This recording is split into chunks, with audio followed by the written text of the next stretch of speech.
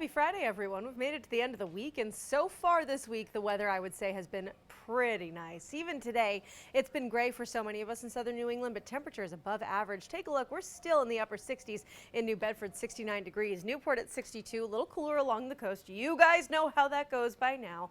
The sea breeze, when we get that southerly wind, that's keeping you a little bit cooler than the folks inland. Like even in Providence, for example, where we're still at 72 degrees, and we were even warmer than that earlier today. But I want to take you across the country. Look at the national temperatures here. Why? Because this is a great show of the setup that we have coming our way. Take a look at all of the warmth, all of the orange and yellow, and the numbers in the 60s, 70s, and 80s that you see here for the eastern third, I would say, for the country. And then we have that abrupt cutoff where all of a sudden we go from that orange and yellow back to green and blue, and temperatures are in the 40s and 50s. That's kind of that dividing line of who is still out ahead of or experiencing versus who is behind our latest area of low pressure. You can see it churning away right now across the Great Lakes with storms all the way back down through parts of the Mid-South and into the Ohio Valley as well. Now, this is coming for us as we head into the weekend, unfortunately. And yes, it does mean you have to prepare for some showers and even a rumble of thunder as we head to Saturday. Satellite and radar right now, relatively quiet. It's just the clouds we're looking at. But let me show you what happens next. We'll start with tonight. Temperatures getting down into the mid-50s, which is really mild for this time of year. We should be in the low and mid-40s, so clearly a big difference in the temperature there as we continue to see that air from the south and the cloud cover widespread, acting like a blanket, keeping some of that heat in with us at the surface of the earth here.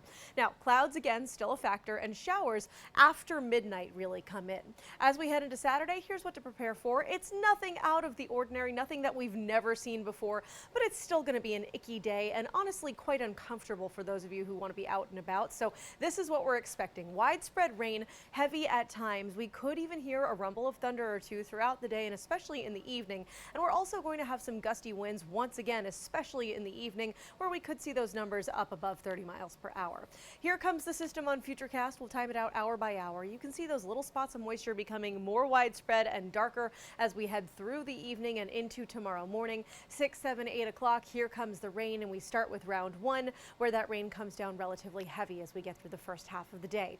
Teeny break in the afternoon, but teeny is kind of the key word there because we're right back into it as our cold front gets closer later in the day. This is as we get to 3, 4, 5, 6, and even as we get into the evening when that cold front actually comes through, a few leftover cells, pockets of heavy rain and rumbles of thunder can't be counted out. So really, it's just not a day to go enjoy the outdoors unless the rain's your thing, but even still, we don't want to mess around when there's thunderstorms in the vicinity. So I would advise some nice indoor plans tomorrow. Thankfully, in southern New England, there is so much to do inside, even just hit the library. Not a bad thing for a day like that. Now, rainfall, how much are we actually looking at? I keep calling it heavy, so let's talk numbers here. We're going to see about 1/2 inch to 1 1/4 inch, depending on where you live and where those heaviest bands set up. Not going to break rainfall records here for the month of April, but still something to watch. Now, it's not all bad news. I know we talk about rain like, ick, it's going to ruin our plans, but we do still need some rain. We are technically in a deficit here with dry conditions across the state of Rhode Island and Bristol County as well. True drought for the Cape, Nantucket, and parts of Massachusetts and Connecticut. In fact, you can see the difference here. We should have seen more than 3.5 inches of rainfall. We've only seen about 2 1/10 this month, so something to keep in mind. Little look at the weekend here. Sunday, it's not a washout. I wouldn't be shocked to see a shower or two, and we're in and out of the clouds throughout the day. It's going to be cool, though. We're in the upper 50s, which for this time of year is technically below average. Of course, we turn it around for the Monday and Tuesday of this coming week. Beautiful 70s and plenty of sun as we start the work week.